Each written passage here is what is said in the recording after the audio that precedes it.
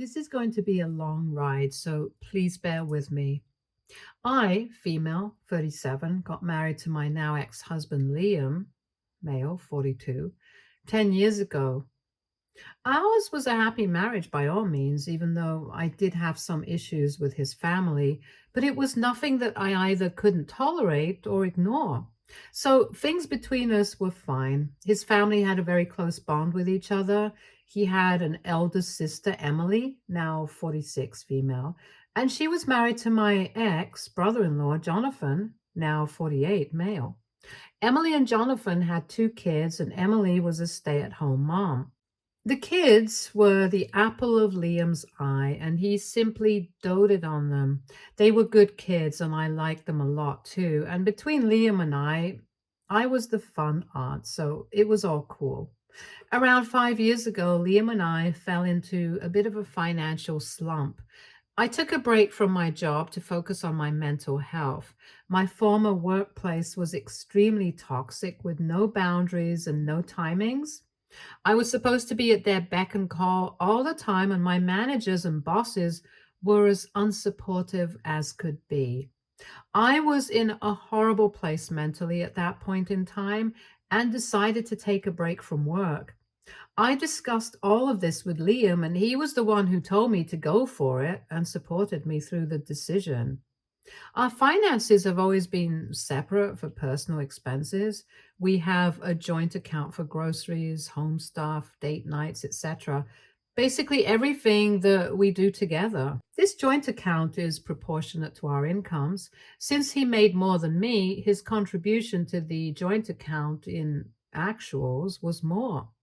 Even though we were contributing the same percentage of our income to the joint account, I had carefully looked at my finances, and only then that I was in a comfortable space to take this hiatus. And I had never asked or even suggested that Liam pay my share or anything of that sort. Actually, he was the one who had proposed that idea, and I had shot it down immediately. I did not want to disturb the setup that we had, and I knew that I had enough savings to cover my share till I decided to get back into the workforce. Liam, too, had a well paying job in a multinational firm, and there was no need for us to have faced the financial issues that we ended up facing. 3 months into my being out of work, Liam started behaving weirdly. He would snap at me if I told him to get takeout. He would snap if I bought something new. Some of the money that I was spending was from the joint account, but never for my personal expenses. If I didn't want to cook a particular day and suggested that we go out, he would just either give lame excuses or straight up start being mean. After a few tries, I backed off. However, even when I spent my personal savings that he had no say over, he would start acting strange. It was very unlike him because in all the years that I had been married to him, I had never seen him try to control or give opinions on how I should be spending my money. So I pulled him up and asked what was wrong.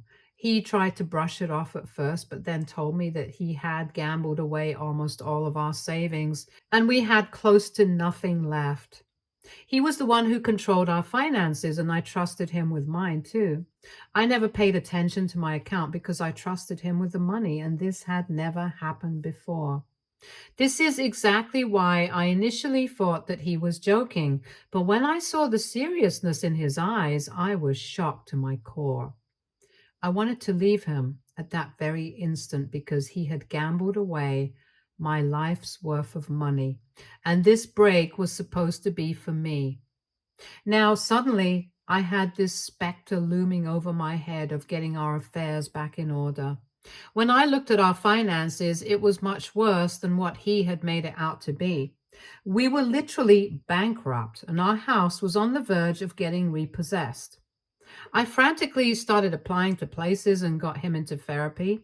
Luckily enough, I had a job offer in the next 3 days, and the perks were amazing. So I knew I could slowly get us out of this and recreate our wealth. I was still mad at him for betraying my trust like that, but there was so much going on and so much to do that I did not even have the time to yell at him. During this time, I repeatedly kept asking him to talk to Jonathan for help. He's filthy rich. But Liam kept saying no. I didn't know what his stupid deal was, but I knew that I was not going to screw myself over because he couldn't ask his own brother-in-law for help. I ended up calling Jonathan and explaining the situation to him, and he helped us out immediately. Instead of being grateful, Liam started a fight with me, saying that I emasculated him as the man of the family in front of his own brother-in-law. Even at such a crucial point in our lives where we were practically having to start from scratch, he only cared about his stupid ego and the facade he had created in front of the world. This was my tipping point. I was furious with him.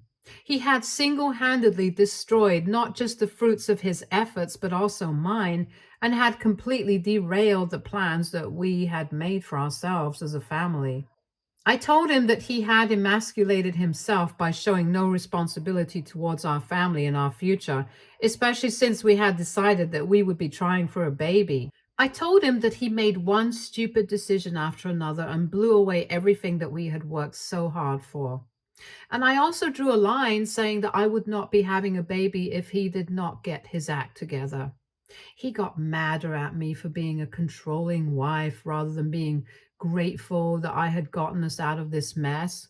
Of course, not without the help of Jonathan. Slowly, over the course of the next year and a half, we created money for ourselves and repaid every penny to Jonathan. I will always be grateful to him for standing by us and helping us out of a mess that had nothing to do with him. Liam, however, was still salty about the fact that I took Jonathan's help because he had not wanted everyone in the family to know the pit that we were in. Thankfully, Jonathan had not uttered a word to anyone, not even Emily. Things had been strained between me and Liam since then, but I knew that I wanted things to get better between us. If not now, then eventually. However, something else happened that made me lose all respect for him as an individual. Once we were back on our feet, things got a little better. However, during family get-togethers, I could sense a strain between Emily and John. I know it was not my business, but I was concerned and worried, especially about Jonathan. I expressed myself to Liam and asked him if I was the only one who sensed it or whether he had felt the difference too. He said that I was overthinking and that nothing was wrong. However, 2 days later, I had gone to Emily's place to leave some tarts for the kids. They love my tarts. And she was behaving very weirdly. She seemed to be in a hurry and wanted me to leave as soon as possible. I knew something was up, so while I left the house, I stayed in my car to see what she was up to. Call me creepy or whatever, but it was my intuition that told me something was happening and it needed my intervention. Lo and behold, I see a man coming out of the house and Emily seeing him off. I wouldn't have immediately suspected her of anything if she had behaved in a less guilty way. The man had a cap over his head and he was slouching. It was evident that he didn't want anyone to see who he was. I read their body language and I knew in an instant that she was cheating on Jonathan. I was appalled and disgusted at her audacity and thanklessness. Part of me wanted to confront her there and then, but I was too scared of her reaction, and I didn't even know whether this was the correct thing to do or not. I decided to go straight back home and told Liam what I saw. I had expected shock, rage, disgust, or maybe even disbelief from him, but I could never in a million years have expected what he said next. Liam did the exact opposite of what I thought he would do. He was quiet for a few seconds and asked me if there was anyone else that I had told. I told him no, and he heaved a sigh of relief. He said I needed to keep it under wraps and never tell anyone what I saw. To say that I was shocked would be an understatement. I told him that he had lost his mind if he thought that I would keep mum and let Jonathan suffer in a marriage with a cheating wife. He said that we did not know if they were cheating and that they could have an open marriage for all we know. I told him that both he and I knew Jonathan enough to know that he would never agree to such an arrangement. However, I told him that even if he had, we had to make sure that she was not cheating on him, and that meant that we had to talk to him. I was adamant that we would talk to John first and only then talk to Emily, because I knew even if Emily was up to something shady, she would come up with something on the fly and save herself. He kept resisting and trying to come up with new and innovative reasons as to why we shouldn't tell John. He said that I had no need to be involved in someone's personal drama. Then he said that it shouldn't be my concern and that neither of us knew what was happening in their relationship. To be honest, I found myself relenting a couple of times and contemplating talking to Emily first. My rational mind knew that what was happening was wrong and that I needed to step in to save the man who had saved my family. However, the emotional side of me, the side that Liam was manipulating completely, was leaning towards accepting all his absurd excuses and justifications as to why his dear sister was doing what she did. This internal battle raged within me for a long time when I finally decided I could not deal with this anymore and that I had to do the right thing, even if it came at a cost. But before I told Jonathan, I wanted to let Liam know that I would be spilling the beans. To say that he went batshit crazy is an understatement. We had the biggest fight of our lives that day, and he was just not willing to listen to me. This fight was even worse than the ones we had during his entire gambling episode. He kept on saying that I had no right to interfere in his sister's life and ruin it. I told him that his stance on cheating and his fierce defense of his sister were alarming and were making me wonder what would his reaction be if I cheated. He said he would not have wanted someone else to come and tell him about his own wife, but I was having none of it. I had a nagging feeling that maybe, just maybe, the fact that he was defending Emily's infidelity so much was maybe him trying to rationalize his own cheating. I had a suspicion solely based on his reaction that he was cheating. I had no proof, no reason other than this to even have a morsel of a doubt, but that seed was planted. I drove over to Jonathan's house and I wanted to have a confrontation with Emily present, but unfortunately she wasn't there. I told everything to him and he broke down crying in front of me. He said that he had been having doubts regarding her infidelity, but he had no proof and nothing to say because he could not just accuse her based on his instinct. I told him that I had nothing substantial either. I had just seen her in a very flustered state, and right after that, a few minutes later, a man had left the house. I told him that logically speaking, it could have been a worker, a friend, or anyone else, but my gut said something very different. He thanked me for telling him, and that was it. For the next few weeks, there was no news of what was up. Liam and I were in a sort of cold war, but I don't think he had told Emily that I had discovered the affair or had told Jonathan.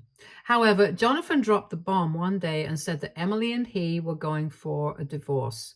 This came as a shock to my ex-mother-in-law and ex-father-in-law because nobody had anticipated that this would happen. They had always been the couple that was very much in love and lived a picture-perfect life, at least in the eyes of others. This is why it came as a shock to everyone other than me, of course.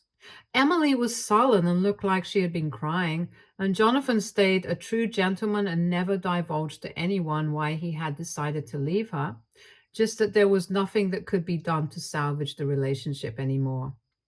A few days after this, Emily came to my house and was screaming at me at the top of her lungs. I knew then that Liam had told her that I was the one who had told John.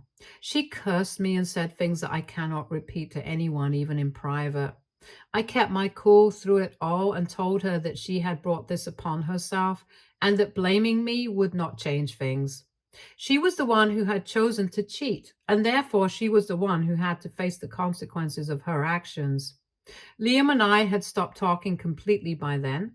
Living in the same house as him was a mental strain that I had to put myself through every single day. Gradually, Emily and Liam started influencing other members of the family against me. Emily stopped her kids from meeting me. Liam told his mother that I was the one who had fed John lies regarding poor Emily, which is why they were separating. I was turned into the villain overnight, and everyone was so busy antagonizing me that they did not realize who the actual problem was. I had finally had enough one day, and I snapped. Liam and I had been having trouble since his gambling came to light, and with this drama happening, I knew that I wanted to divorce him and that nothing that he could ever do would make me respect him again. I could not picture myself living with a gambler and somebody who could defend cheating. He was behaving like a guilty man, and to be honest, I had a lurking fear that he was cheating on me too. But by then, I had mentally checked out of the marriage, and thus, even if he was having an affair, it wouldn't really have bothered me. This further cemented my decision to go for a divorce. I called all of the family together and told them the real reason why Emily and Jonathan were having a divorce. I told them that I had seen her with a stranger, and I had confided in Liam, who was willing to defend his sister to the bone. Nothing that I said was making him see sense. And when I told Jonathan about the affair, the brother-sister duo started maligning me publicly. I also told him that they had treated me horribly during this entire ordeal and that I was done taking this treatment from them. To my surprise, even my ex-mother-in-law and ex-father-in-law started defending their children. This was when I understood without a shadow of a doubt that this family was completely bonkers, and I was completely right in choosing to walk away from this toxic family for the sake of my mental health. When I publicly announced that I would also be going for a divorce, there was pin drop silence in the house. Liam looked like somebody had struck a lamp on his head. His eyes were as big as balls, and I cannot describe the satisfaction that I felt in seeing him like that. I also told him that since he had such a close-knit family, he needed to move out of my house within 2 weeks because I was dead set on going through with this. His tone made a complete backflip, and he kept on apologizing and saying that we could work through this. In all honesty, we could, but I didn't want to. He tried to turn over a new leaf. He tried to organize the date nights and book spa appointments as if my problem was a lack of attention. He did not understand the gravity of the situation. I had to sit him down and tell him that I was leaving him because I did not like who he was as a man. It was not something that he could change in me, and my decision to leave him was final. He had a hard time accepting it, but eventually he had to. He moved out of the house eventually, and our divorce was finalized pretty soon, around the same time that Jonathan and Emily got divorced. Within a few months, I sold my house and moved states for a better job opportunity.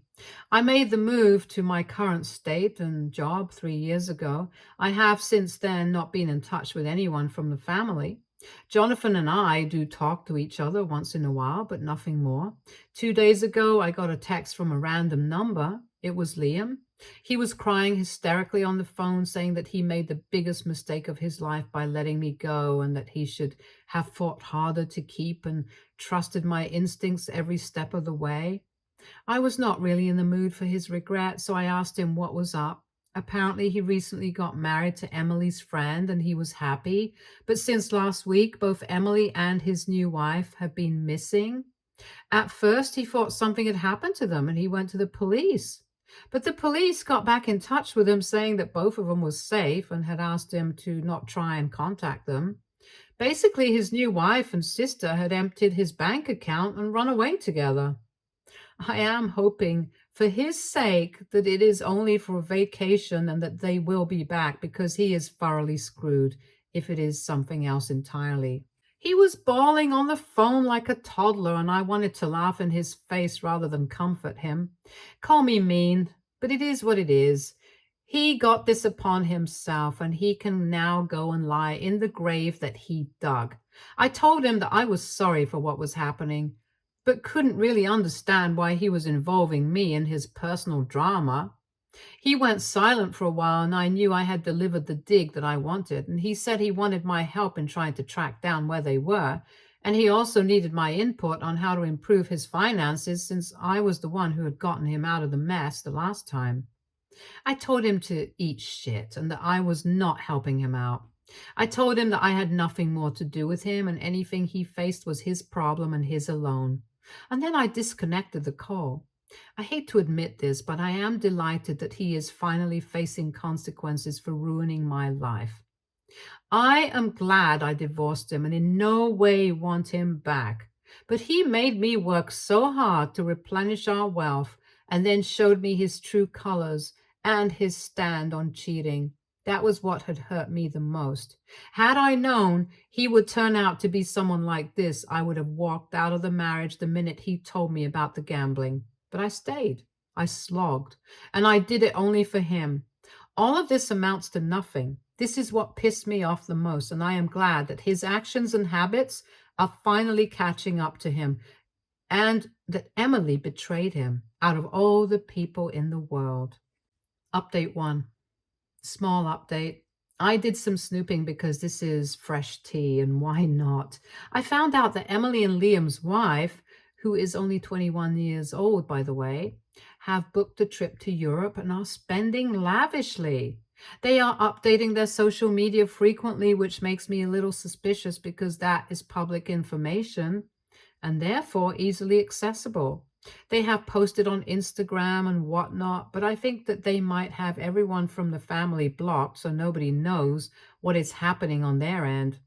I don't know if I should tell Liam about what I found out or not.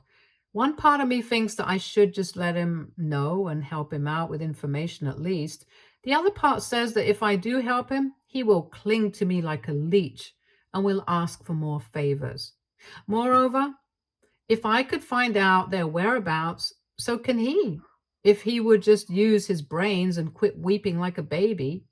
He texted me a sob story again and said I needed to help him or he would be at the lowest point of his life.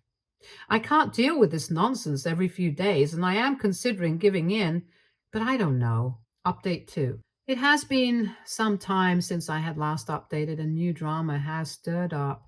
I did end up telling him what I had found, and he thanked me and started asking for more favors, but I told him that this was where I draw the line, and that I would not be entertaining any more of his pleas or even calls. He sounded offended by this, but he bit his tongue and didn't argue with me. I thought that was it because he hadn't called me after that. And 2 nights ago, my ex-mother-in-law called me in the middle of the night. She sounded frantic, saying that they had landed in legal trouble and needed my help with something. I'm a lawyer. She said that Liam's new wife, Samantha, had actually eloped with him, and her parents are now threatening to file a case for abduction against Liam. I shot up from my bed like somebody had electrocuted me. Liam had run away with a 21-year-old, which means that despite her being of age, this was emotional manipulation. I felt pukish and disgusted. I could not believe I had been married to a predatory man like him. I told my mother-in-law that if Samantha had come of her own accord, the allegations would be null and void, and there was nothing that her parents could do. It was here where my ex-mother-in-law started crying, saying that Samantha is now agreeing to what her parents are saying. She is also saying that he was involved with her when she was a minor and has groomed her, so she will not be taking a stand for Liam. This blew my mind. I did the math and realized that this was why he was defending his cheating sister so fiercely. It was because he was also cheating on me and grooming a minor girl. I told my ex-mother-in-law that all of them deserved to rot in the afterlife because they had played with a young girl's life and emotions. She begged me to represent Liam and that they were all sorry, but I told her that I would happily fight against him if the case be, but never for him. I also told her that she had some audacity coming to me knowing full well that her dear son cheated on me with a minor, used my resources to build his life back up, and is now facing consequences for what he has done. She cursed me a bit and disconnected the call. I've been having sleepless nights since then. I cannot believe that he would turn out to be a predator. There were no signs of this, or there might have been some that I missed, but I feel like barfing to the ends of the world because of my association with somebody as disgusting as my ex-husband. He deserves to rot in jail for the rest of his life and some years after. I feel bad for the poor girl. I can't even blame her. Even if this started when she was 17, that would be 4 years ago, and Liam was 38 then. He was involved with a school-going kid, someone 21 years his junior, and had ended up marrying her. I don't know how this girl was Emily's friend, and if Emily was the one who had introduced them, it was even more disturbing because that meant that the entire family was dangerous. And I saved myself and my future from them in the nick of time. Update 3. I thankfully have no direct updates from anyone from my ex's family. My ex-mother-in-law has gone silent, and so has Liam. Jonathan, however, spoke to me, and I got to know a few things from him. Apparently, Emily and Samantha had come back home within a few weeks, and it was here that Samantha started changing her tune. She said that she had been groomed and that she wanted to divorce Liam and go back. Her parents then got involved and said that they would be pressing charges against him. Jonathan said that the case of her parents stood on shaky grounds, but it was enough to scare the family. So much so that Liam paid a good amount of money to Samantha and her family to keep shut and not press any kind of charges. So he is officially screwed financially. Emily feigns innocence in all of this, saying that Samantha had told her that Liam had given her the money. Everybody knows it is bull, but they don't have anyone other than each other. News is that ex-mother-in-law and ex-father-in-law are planning to downsize, and everyone is going to be sharing a one-bedroom apartment until things can get sorted, since Emily works a minimum wage job, and Liam has literally no money left in his bank account. Jonathan told me that Emily had called him up begging for scraps, but he did not entertain her calls. He has full custody of the kids, so she couldn't trick him into giving money that way. All in all, the entire family is codependent and seriously messed up, and I am so glad I got out of their chaos when I did, even though I would have preferred not to be involved with them in any capacity ever. I had hoped Liam would serve jail time for what he did to the poor girl.